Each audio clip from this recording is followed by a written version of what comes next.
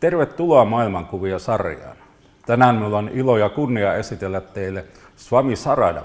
Hän on Bhakti Margan maakohtainen Swami, eli hengellinen opettaja, ja hän tulee Latviasta. Tämä seuraava keskustelu käydään englanninkielellä. Welcome Swami Sharadana to this program. Jai Gurudev. Jai Gurudev. It's a big honor to meet you and have an interview with you. This worldview series that kind of journey to people's spiritual journey and how people became who they are at the moment. And you have I'm quite sure that you have a nice and interesting story to tell how you became the Swami. So let's start with that. It's true, it's interesting, and it's still interesting for me as well, because we don't know our previous lives. And in our tradition, in a Hindu tradition or in tradition of Sanatana Dharma, we believe that the soul lives many lives, yes, until the moment it realizes its divinity and God Himself. So, as Guruji says, that it's not by coincidence we start to follow the spiritual path in this life. It means we brought some background from past lives, and it is said in Bhagavad Gita that bringing this knowledge and experience from past lives kind of push us to keep on walking towards God. That's why in my life it happened like this, like I think in lives of many people who one day decide or feel the strong call to change the life in a way, and to take the path of spirituality, to join the tradition, or to follow the Guru. And I met my Gurudev in 2011. I just became 33, so special age. And before, of course, I knew about India, about yoga and meditation. Studied in university, and I studied this region, South Asia. I studied languages, culture, history, economy. So I graduated from university with a certain knowledge about India itself, including the culture of the country, or of this territory, of this region.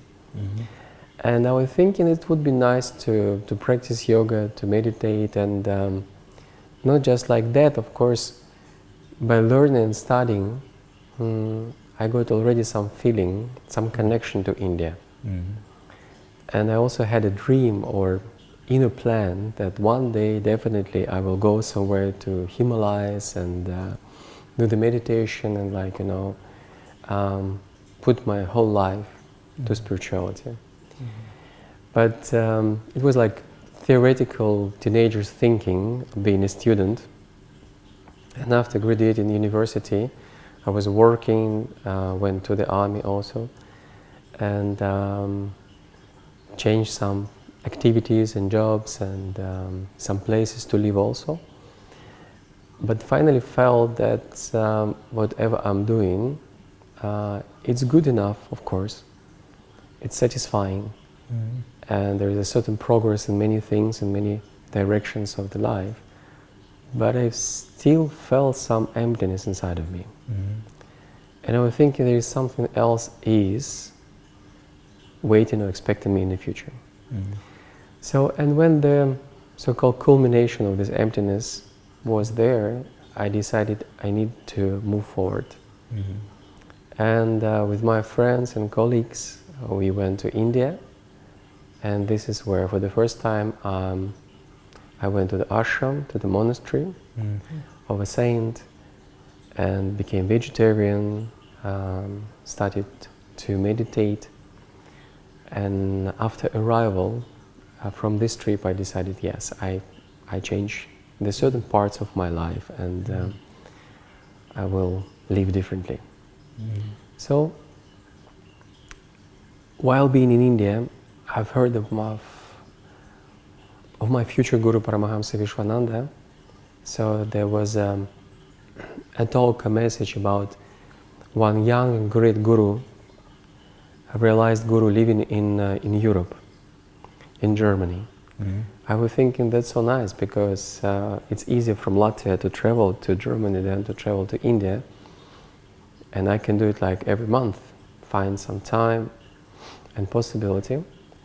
So, and in June 2011, I came to Springen. This is the place where the main ashram of my guru located, not far from Frankfurt on Main. I came there. First I got the darshan, the blessing, his personal blessing to everyone he's giving. And I learned Atma Kriya Yoga. And since that time, everything started to develop. To grow. In the beginning there was no sign that I will become a monk, I will become a Swami. So Guruji was communicating as to everyone. There was no special talk or anything else. But I had a strong feeling inside of me that I really want to devote my life more to serve God. And then one day he asked me, what do you want? I said, I want to serve God. He asked maybe some other interests, maybe some other desires and willingness, like family, children, etc., etc. I said, honestly, I think I understood how these things work, like, what it means, relationships and the family and so on. And he said, okay, listen to your heart, and smiled. So that's it. And after some time, he invited me to talk for conversation, and he told me directly, yes, I need to become, or it would be nice if I become. I had this feeling inside that I really want to become a monk. It was even since childhood. It was not so strong, of course, and it's quite a rare style of living, or way of living, to be a monk. It's not so popular, or like everywhere you can meet monks. But I had a feeling inside of my heart that this is one of the paths I would like to consider in my life. So he was not like telling me that I need to become, but he kind of stressed it out, because I had inside the same feeling, but I was hesitating. And he just helped me to take a right choice. This is the role of the Guru. He doesn't, in a way, he doesn't order in a way, he doesn't convince in a way, but he helps us to take a right decision about the life, about everything what we're doing. Because we are born with certain tasks in the life. And if we don't fulfill the tasks of the life, we are not satisfied, we're not happy. If we're not happy and satisfied inside or within ourselves, we don't see the life as a nice thing. We're not satisfied and happy with other people. So it means that to find your true self is the number one task in the life. That's why Guruji says, first know who you are, and then you will understand what life is given for and what is the purpose of your life. And in 2012, I became a monk. So it was first initiation as a monk, brahmachari. And after that, in a few months, we had a pilgrimage trip to India, to Kumbh Mela. It's a great, great spiritual festival, the biggest in the world, that's within a month, over 100 million people coming to pray together, to stay together, to worship God together, to have this joy of worshiping God and sing His glory. And we came there, and there I got initiation into Swami. Well, that was quite a journey. Yes. And I guess it was a quite easy choice for you because you have dreaming to become monk and so on. But how about your parents, your colleagues, your friends? What they say? Inside it was easy enough. It was not easy because, of course, the mind was thinking, wait a minute. If you become a monk, you cannot do this, you cannot do that. It's like, there's so many limitations. There's so many barriers or whatever. You like put your life completely to the very limited condition. And definitely the mind was struggling before they taking the final decision for that. But by his grace, by the grace of the Guru, so he helped me to feel the wish and desire of the soul, but not of the mind. So they're not always the same. This is one of the tasks, that the mind finally starts to listen to heart and soul and has the same vision or approach to the matters and to the life, and the same desires. So, and for everyone, of course, was not a surprise but a shock, definitely. I was working for the big company, having a high position in the company, ruling the big important department, I would say, and for parents and for friends and so on. And many people got scared because, like, when you hear that somebody become a monk, you think, okay, that's it. We lost this guy completely. Yeah. So the guy, like, drops everything, shaves a head or whatever, goes to the mountains, to the cave or to the forest, eat only roots, berries, and plants and herbs, and have one blanket with himself, and just is like, and we see him maybe like sometimes, occasionally. But the importance or the uniqueness of the Guru is that the Guru helps you on your spiritual path, not just destroying whatever you have, but helping you to use whatever you have in your spiritual path, in your spiritual growth. So he told me, yes, you will be a Swami, but you should work, not to be dependent on anybody or anything. So, and I was working for years, for like another 5 years I was working and completing my duties, working as the chief of the department, traveling all around the world, having a suit, and visiting exhibitions and visiting partners and so on. Always having orange tie because I need to have orange as a part of my identity, monk identity.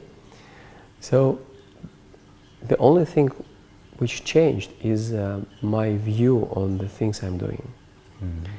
And I am very, very grateful to Guruji for this opportunity, because for 5 years I was doing the same things, same responsibilities, but I looked at the things differently.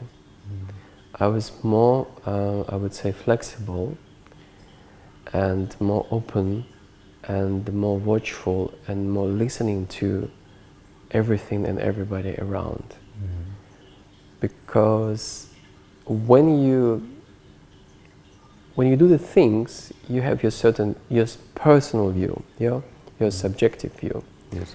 And you have your personal tasks and agenda, and you want to follow that. And you always compete with everyone and everything, because I want this, I want to get there. If I don't get it, I am not satisfied. But when you do the things with spiritual influence, I would say, or approach, you try to be in harmony with everything and everybody. It doesn't mean that you are like, you're not acting, you do. It's not that you're too soft, no, it's not about that. It's about just kind of to be a part of everything. Not just to think that you are everything and everybody should follow what you want, but it's about to consider it's like observation, this is the right word, to observe the things happening and to input or to contribute, to participate, to involve yourself, to act when it's needed and how it's needed. So you let it happening in a way by itself, but with your participation. Well, If I explain it in the so now you have been a Swami 12 years? Right. Yes. And probably people around you already accepted that, okay, we didn't lose that guy, it's still there, or what do you think? Yeah, coming to the friends and parents and relatives and so on, they accepted it finally, because they saw that nothing wrong is happening. I'm still there, I'm still around, I'm talking, walking, and okay, I have my own diet, vegetarian or vegan. Don't take any like intoxication or whatever, like, and don't support some cruel things, and would not talk about politics or other things, like, just to gossip about something or to complain about whatever. And we had some sharp moments, maybe a couple of times, but not more. And when everyone see that everything's fine with this guy, so, and he's not dangerous, or he didn't lose his mind, so then it's kind of accepted. Maybe inside, as other people live a different way of living, there is no still acceptance of that things, but in general, we have good relationships with parents, with my beloved parents, and with some old friends. And do you have a sister or brothers? No, I am the only son. Yeah, okay. The only son. Yes. Yeah. But my parents came and visited me a few times in ashram, and we also came to Germany, and they met Guruji. They got the darshan. Yeah. Well, it seems that they really have accepted that. Yeah. Well, let's dive a little bit deeper to this. What is Swami? What is it doing? And what kind of commitments you have to do to become a Swami? You already thought that, okay, you have to wear like you do right now, and also you have to be vegetarian. What else commitments and things it's needed to when you are a Swami, and what a Swami is? I would start with what it means to be a monk, Brahmachari, because Brahmachari is the way of living, and Swami, I would say, it's just is the form of responsibilities or service. Okay. So Brahmachari is has limits, of course, celibacy and being vegetarian, vegan, and not to take any intoxication. And this is the way of living when you, most of the time, or I would say even all the time, you try to serve God, focus on Him, and in whatever you're doing, you are trying to serve Him, not to serve your, not needs, but desires and passion and so on. So you're not serving your way of living as your identity, human identity, or personality, but you serve God even through the work and the job, because some monks and brahmacharis, they live outside and they have job and do the work, and some even stay in the families but without any relationships, like physical relationships. But is it allowed to have a relationship? No, it's not allowed. No, it's not. No. Okay. No. No. In our tradition, like I think monkhood in every tradition, in every religion, is about having no relationships. Okay. In some traditions, Swami, Swamini, or like priests and others, they may have families, but in our tradition we don't. Okay. So Swami is more restricted from the outside world. It means that our main task is to spread the wisdom, the knowledge, the teaching of our Guru, and also his energy, his Shakti in a way. So we are able to present him in different places where we travel, where we preach and teach and so on. So we are like his representatives, so like his hands, if I may say like that. And through the way of living, to be an example to the others, to show that it's possible to live as a monkhood, and at the same time to serve Guru and God, and to stay like in a life, I would say, in normal life. So we normally live in ashrams, in monasteries, and our daily life is a prayer, worshipping God in a temple, preaching, giving some lessons, satsangs, like talks, and many of us are traveling in other places, again sharing this knowledge and so on. Of course, study, learning, and etc. etc. So it's like a support to the people on a spiritual path. And how about this tradition where you come? It's like a Vaishnavism, or how to pronounce it? Vaishnavism. Vaishnavism. Okay. So can you tell a little bit more about that? Yeah, the Hindu tradition or Sanatana Dharma is, as in the most ancient religion, it's very wide. Yes. And very rich.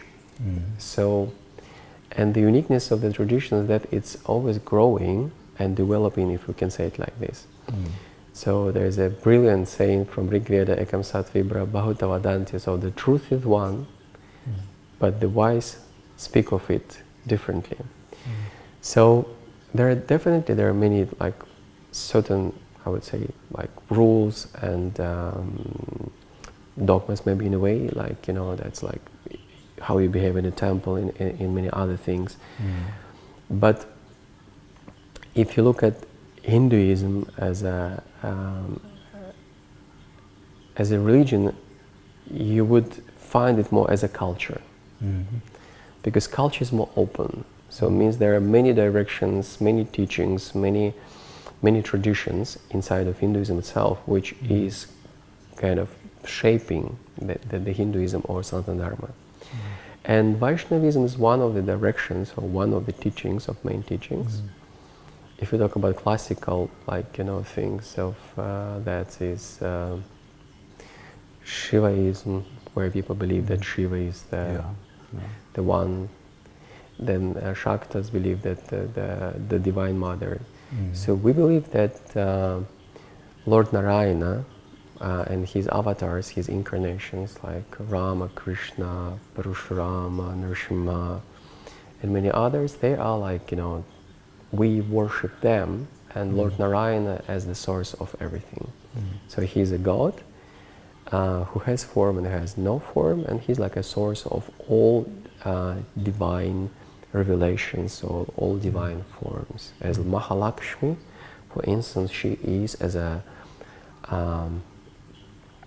wife, as a partner, if to say in these words, of Lord Narayana. She is the source of all forms of divine mothers, because there is a number of divine mothers. Yes. And so on, so on. So we believe that God is one. Definitely doesn't matter if we're talking about Hinduism or any other religions and traditions or nationalities or groups of people. So for everyone, God is one, source is one. But He has many names and He has many forms.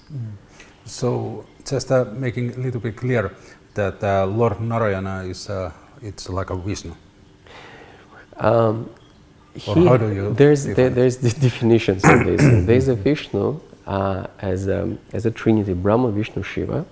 So there are different functions. Yes. So the source of all of them is Narayana himself, and there's a Brahma as a creator, as a guna avatar. He's like he's the one who is active in creating the things. Yes. So Rajas, like he's head of this guna, if to say like that. So Vishnu is the one who sustains, who supports, and Sattva is the guna, like of sustaining, of peace and so on. And then and then Shiva is a destroyer. So he destroys everything when the period of time comes to the end. Need to be destroyed, that the new comes, like like everywhere in the nature. 4 seasons, spring is born, then summer, then autumn, and like in the winter. So it's like a cycle of the things.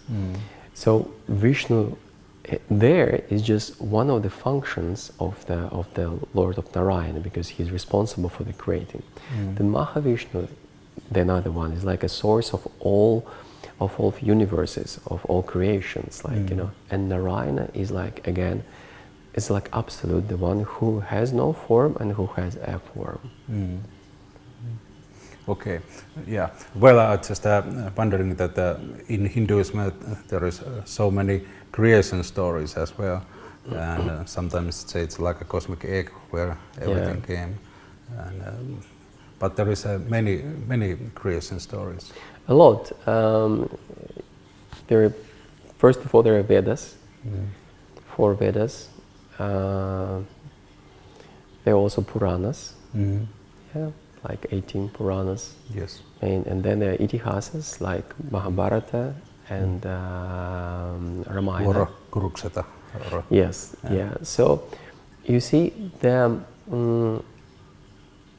it's not easy to understand the Vedas. Not easy. There was a Vedic period of time, and Vedas were given, like it was not written in the beginning. Vedavyas put them into 4 parts to simplify them, to let the people to understand them.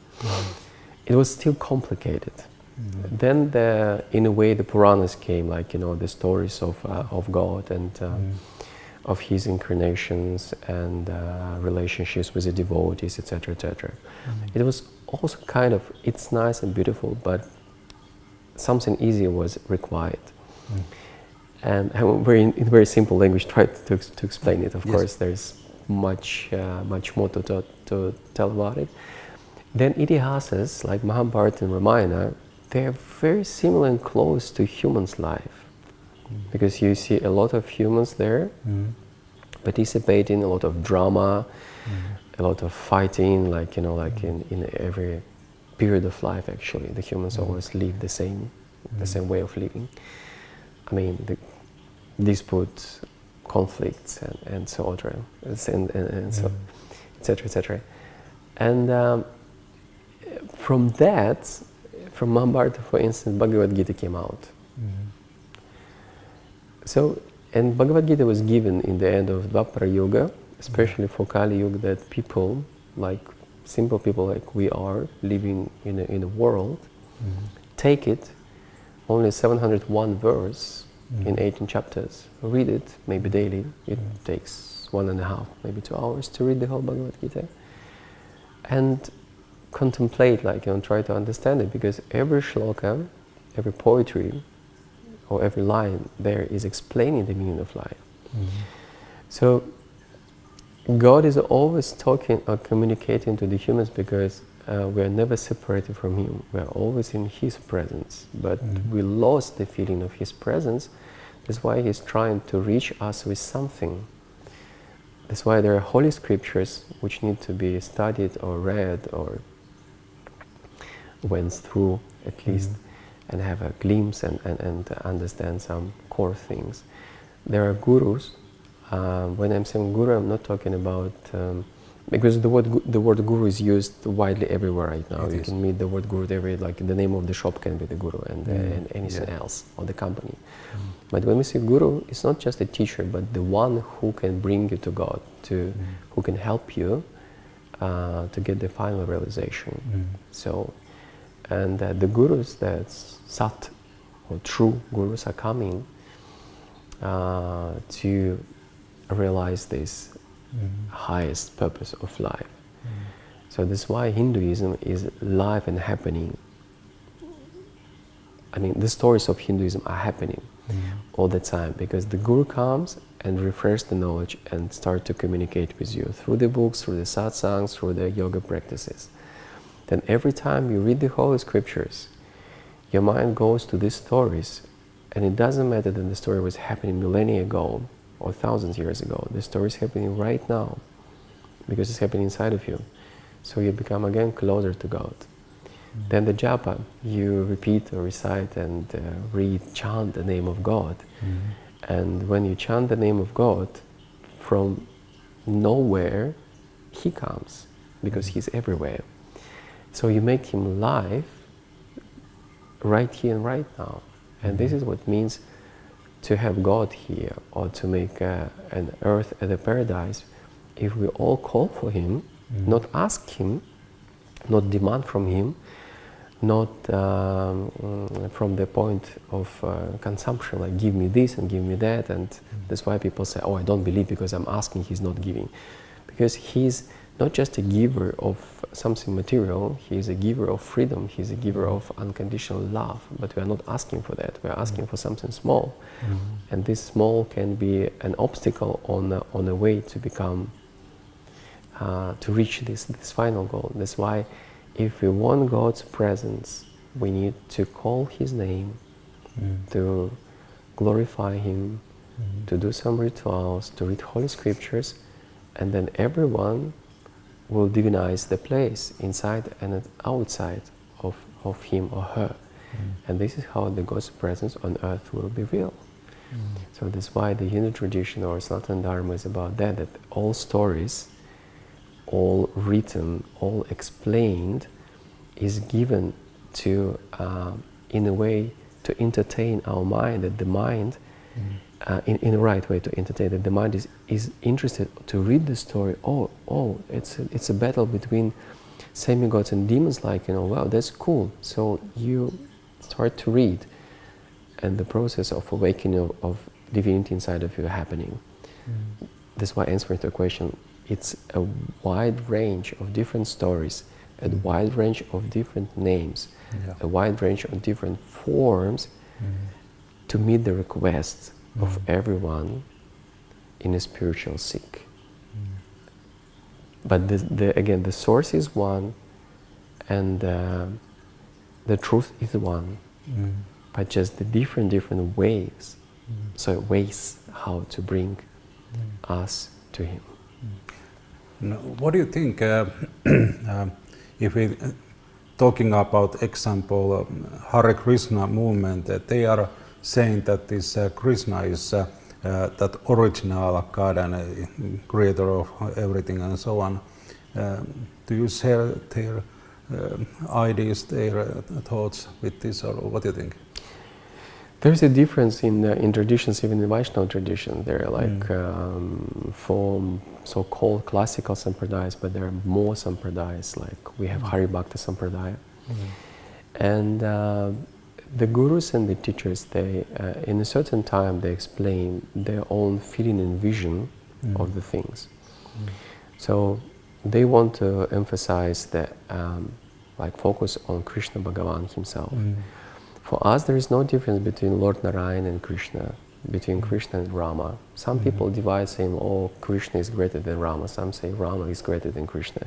This is the duality, like people, they want to, to compete, saying that mine is the better. And I'm not saying that somebody does it, I'm just saying that some traditions may have a statement, like, this is the true form of Lord, or ultimate form of the Lord. It's true, it's nothing wrong. But Lord Narayana as well, but Rama as well, because God is God. They may have different leelas, like Krishna had a certain leela, and Rama had a certain leela, but they all deliver to themselves. They are all ultimate God, they are all Lord Narayana, Vasudeva. And it's also said that Lord Vishnu has very many of those avatars, and Krishna is one of them, Buddha is one of them, and many others, Raman and so on. What do you think about that? Yeah, this is what it is in Srimad Bhagavatam Purana said. There's a Dashavataram, like 10 main avatars. It is said, but there are also 24 other avatars. And there is a nice saying of Krishna actually in Bhagavad Gita. He was saying in chapter 4 in the beginning that whenever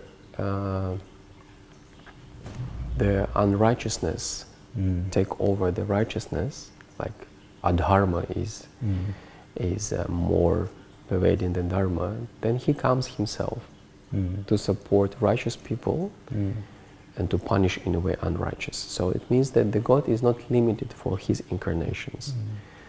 And if we understand and know that he is present as a Paramatma or Antaryami inside of all human beings, all the beings, that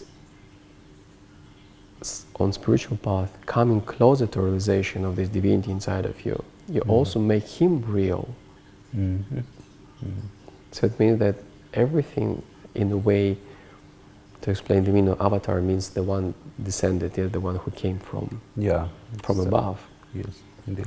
Then in this way, as Guruji said, in a way you're all avatars, in a way, because the part of God himself is hiding in a human being. In Atman. In Atma, yeah. Yes. This is the Atma and Paramatma, they are always together. So the task of Atma is to realize Paramatma and then Parabrahman and then Bhagavan himself. So this is the different forms or avatars of God.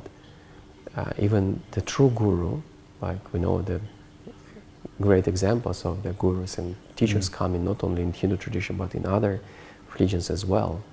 That the people didn't see the difference between the existing prophet or existing saint or avatar and God himself, because if you follow the true Guru, that you follow God, and finally you find and realize the God inside of you, in everything, and then in love relationships with him. One interesting thing about those Vishnu's avatars is Buddha, because Buddha teaching that there is no Atman, there is no Brahman, and this is totally opposite what Hindu religion teaches, Veda teaches. Yeah, but we need to remember that Buddhism came from Hinduism, as well as many other religions as well. So, and it happened on territory of India itself. Yes. So it's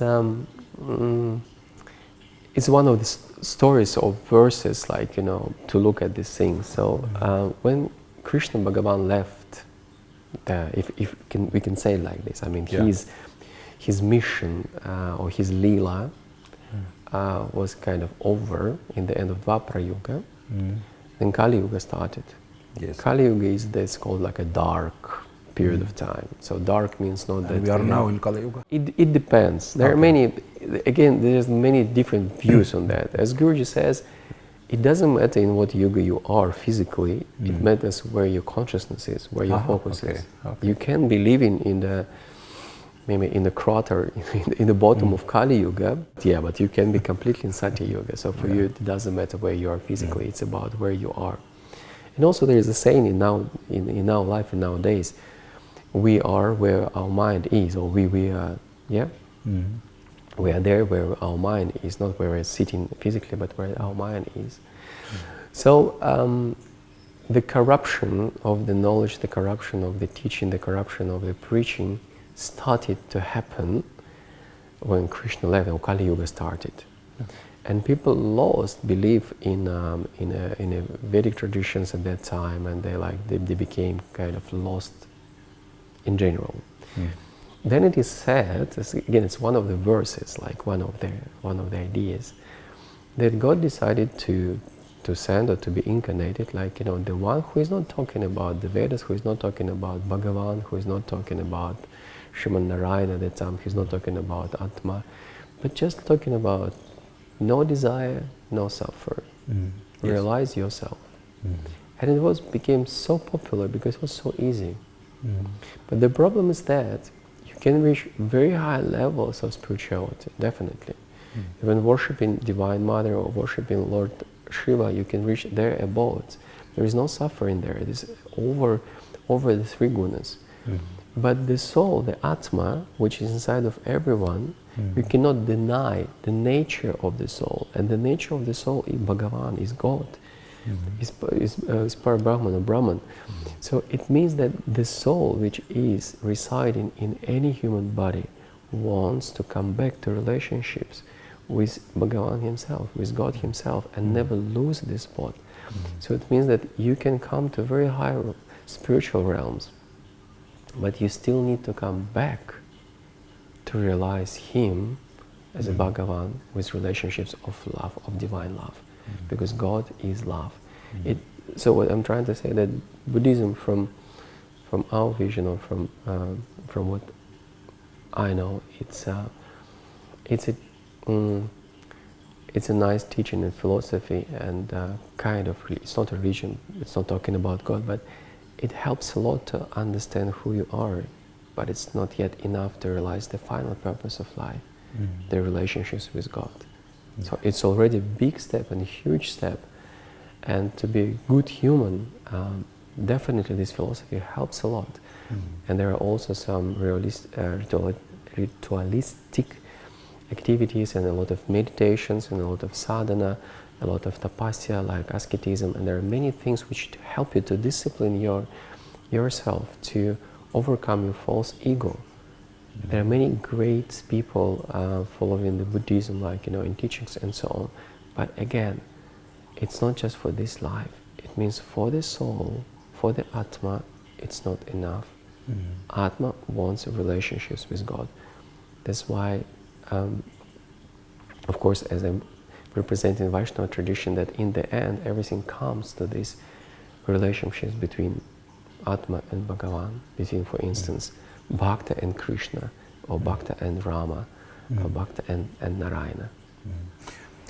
And when you are talking about Bhagavan, it's also meaning same than Brahman, the ultimate reality, or is it?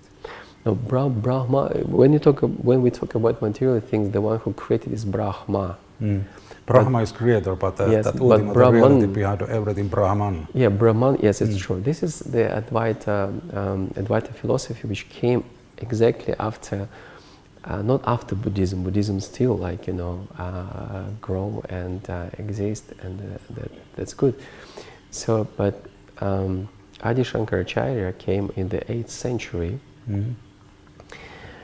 kind of bringing people a little bit back to the understanding, yes, everything is Brahman, like everything is oneness, but this oneness is Brahman. It's not just void. Yeah, it has a name, or has a vibration, I would say, if we can say it like this. So this is Brahman, this is God himself. So like Adi Shankaracharya kind of bring the ideas of Buddhism, trying to bring back to the identity with God again. And so that's why in his philosophy, or in his teaching of Advaita, so everything is Brahman. Yeah, there is nothing But this else. is also that Tattva Asi, means that Atman and Brahman are same. Aham Brahasmi, there are like Mahavakyas that you say these Mahavakyas, and then you should come to this realization. But it is said that as a Brahman has no form and no attributes, it is considered like Brahman is like a heat of the body. So it means like Brahman is just a kind of reflection of Bhagavan or God himself. So it's realizing Brahman, it's already a lot, like you burn your karma, you you don't need to be born again here out of karma, and so on, so on. There's a very high state of realization, but it's not the final yet. Because then it comes that you realize the God inside of you as Paramatma. Then you realize Para-Brahman, not just Brahman, but Para-Brahman. So that the God is not just everything, but also in everything, in a way that's like, you know, that you start to feel the connection to everything, and like, you know, and then in the end you want, you desire, you wish this relationship with God, because you want to express this prem, the highest love. Because love is more than just the void. Love is more than just the silence. It's highest. It's a bliss. Ananda. Yeah, Ananda.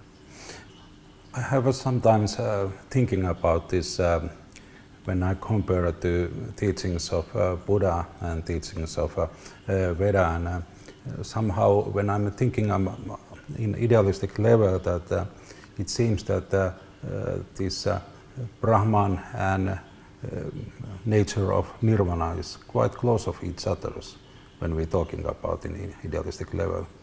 And that's why I sometimes wondering that even that Buddha didn't want to admit that Atman is there, something which is stable and or God, but in a way he accepts God, because Nirvana it's a quite similar state than in Brahman, that's ultimate reality, which is emptiness in a way. Or what do you think? They're very near. That's why, like, you know, this Adi Shankaracharya teaching came just right when the Buddhism was growing in became active. And it's true, this like bliss and Ananda, which I was mentioning, like together with the Prem. So the Prem is much higher. There's like, you know, that Ananda and bliss is just is only like a little part of the Prem, which is like much bigger, higher, like, you know, and enormous, and so on, so on.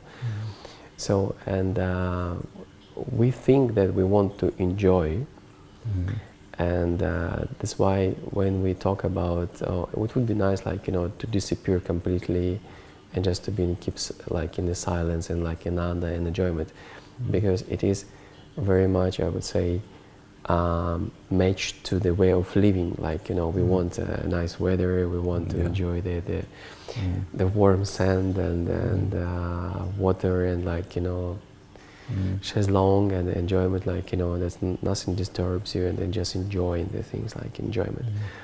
But again, by reaching the state of Ananda, or by reaching the state of Nirvana, is already a very, very high level of spirituality.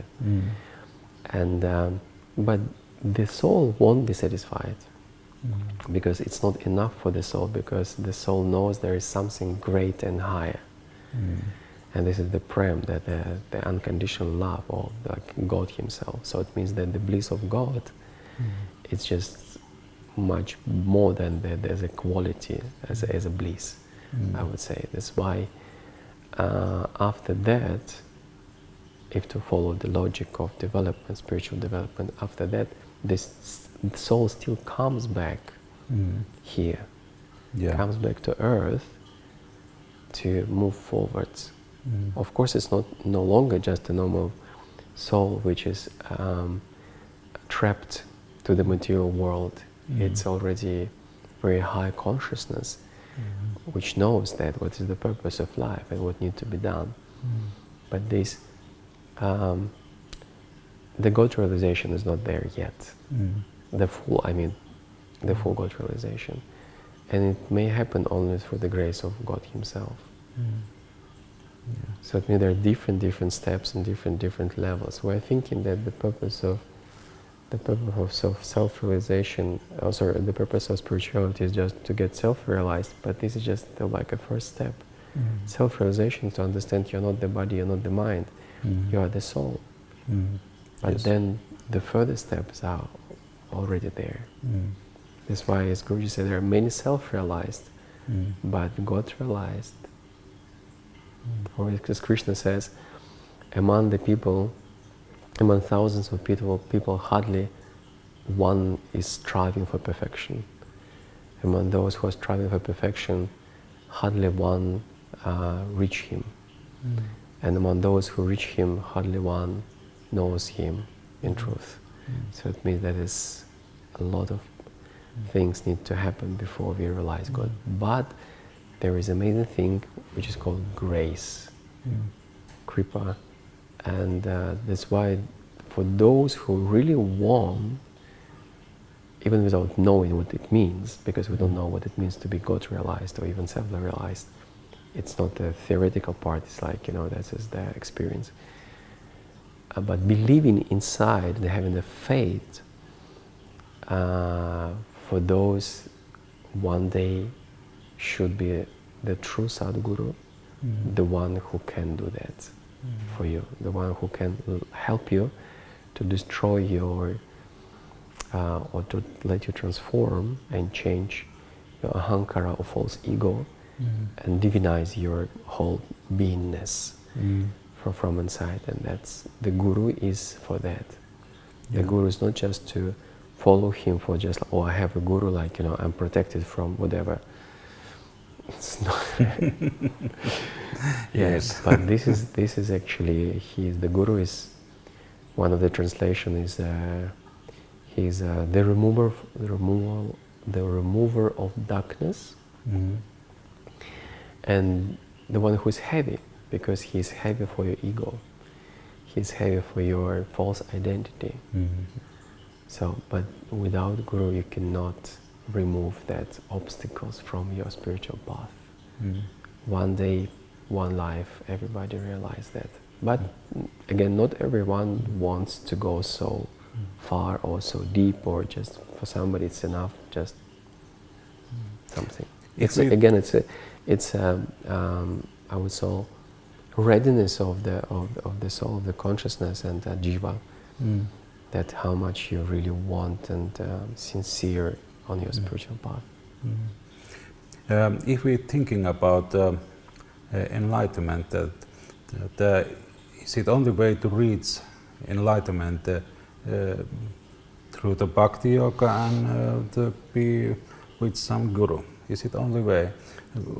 Well, I know that there is karma yoga and jnana yoga and so on, but about enlightenment, actually, enlightenment or self-realization, it can be moksha. Okay, it's more a Buddhist term, but yeah, there's many terms talking about the same thing, but like different. For instance, like you mentioned, moksha. In Vaishnava tradition, we're not talking or thinking or dreaming about moksha. Yeah. Why? Because we're not thinking about self, like freedom for ourselves. The purpose of our life is to have love with God. Yeah. Love means service. Yeah. So devotional service. It means that we are learning how to serve God. And that's why Bhakti Yoga is considered and stated also by Bhagavan Krishna himself in Bhagavad Gita. He said this is the easiest, in a good way, this is the easiest or realistic way to realize Him. You serve Him, like in chapter 9 he says, like, the one who gives with love the water, the petal, the flower and the fruit, so he accepted. So, and it means that in Vaishnava tradition, we're not thinking about self-realization, we're not thinking about samadhi, we're not thinking about moksha, nirvana, or different kind of God realization states. We're thinking about how to please my Lord. Because when you love, you want to do utmost for the one whom you love. So this is the concept of Vaishnava. In other traditions, there are different, of course, statements about moksha, nirvanas, all the things, self-realization and awakening, and etc., etc. And if to talk about that, so self-realization is mostly your effort. You come with your certain background from past lives, you put certain effort during this life, and you get it. Of course, with the grace of God and His support, and it's amazing if a guru, because guru can correct you. So if somebody wants self-realization, be sincere in your sadhana, be sincere in your daily practice, and it will come. Don't expect it, because if you put expectations, you will delay the moment. Then the moksha can be like from the cycle of birth and death, like there's is 7 principles of the Brahman, Atma, Shrishti Pralaya, then karma, samskara and moksha finally. So that, of course, if you want to reach the highest abode, we call it Vaikuntha. So this is like it's a planet or a number of planets. From one side it's like a place, and from another side is a state. So if to reach the moksha, definitely you need to have relationship with God. Because if you don't have a God as the only purpose of your life, as the only focus of your life, if you still dream of anything else, these attachments bring you back. If you want only Him, that you will be only with Him in Vaikuntha, but keep on serving Him. But this service is not just like is you are a slave or whatever. It means that this is how you express your love. We feel love when we express the love. So that's why Vaishnava tradition, the main focus on devotional service. And to make the things easier for us to understand, God takes a form of Sadguru, of true Guru, not just the name like Sadguru or just like, you know, but the state of that consciousness, of that, of divinity, and comes closer. And this is through the service to the Guru, you learn how to serve God. Because if we don't learn it here, we will not be able to get there. You need to have a certain vibration to get there. The problem is that the God is available 24/7.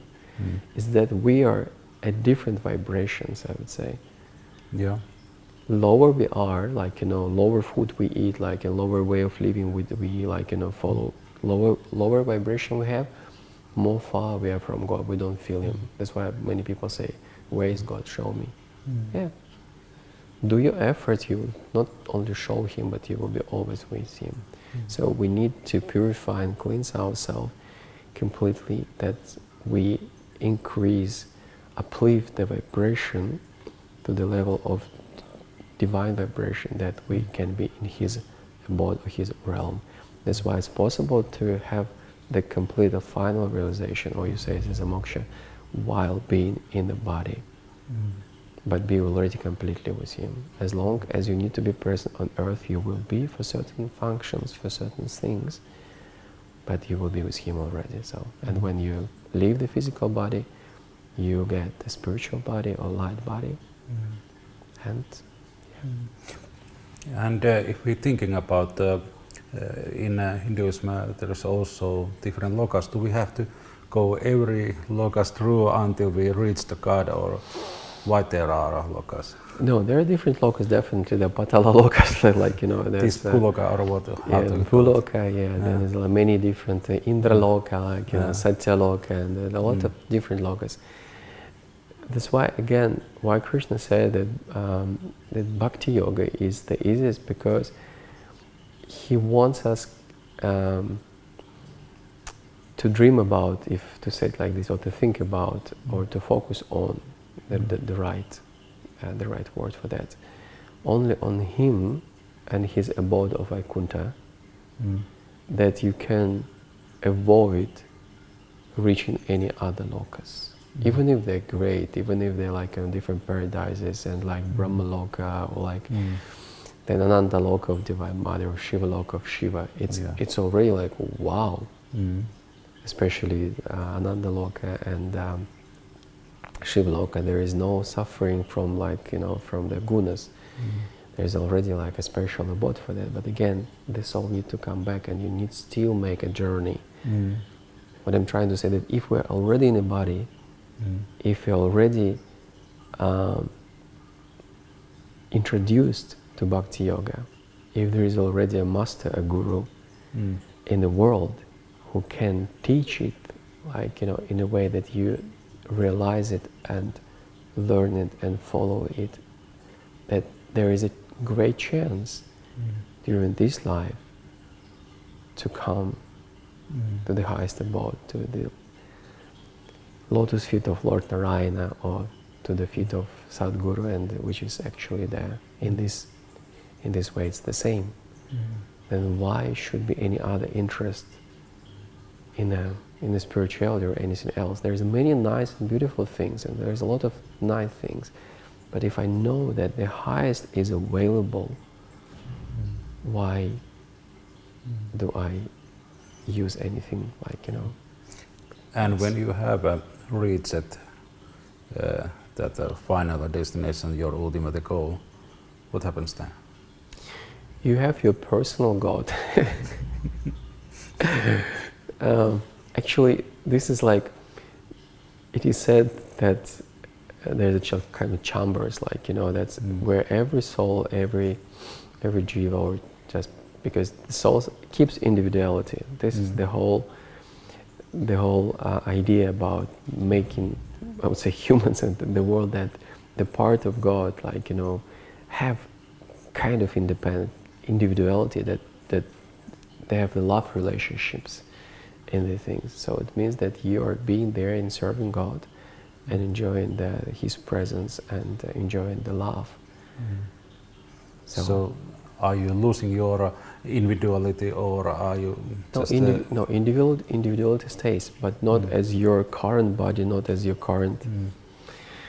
Well, some sense. Yeah, definitely, because this body or this identity, this passport, this nationality or whatever, it's just this incarnation. But we had thousands of incarnations and thousands of different relationships and thousands of different partners and families and children and parents. Like if you take, like, I don't know, a few hundred years and you look at your different lives, like, you know, then who are you then? It is said in Bhagavad Gita as, it is humans change the old clothes for new ones, the soul changes the bodies. So when we talk about identity, it's nothing to do with the personality you see in the mirror. It's the personality as a jiva, as the atma. Well, this has been very deep and interesting journey with you, and I'm very thankful for that. And for a final act, I want to give you a little present what I made in this year, little book. Beautiful, thanks. Thank you very much. Nice book. And nice color, it fits you. Well, it's part of the purpose. Yeah, exactly. Okay, Thank you.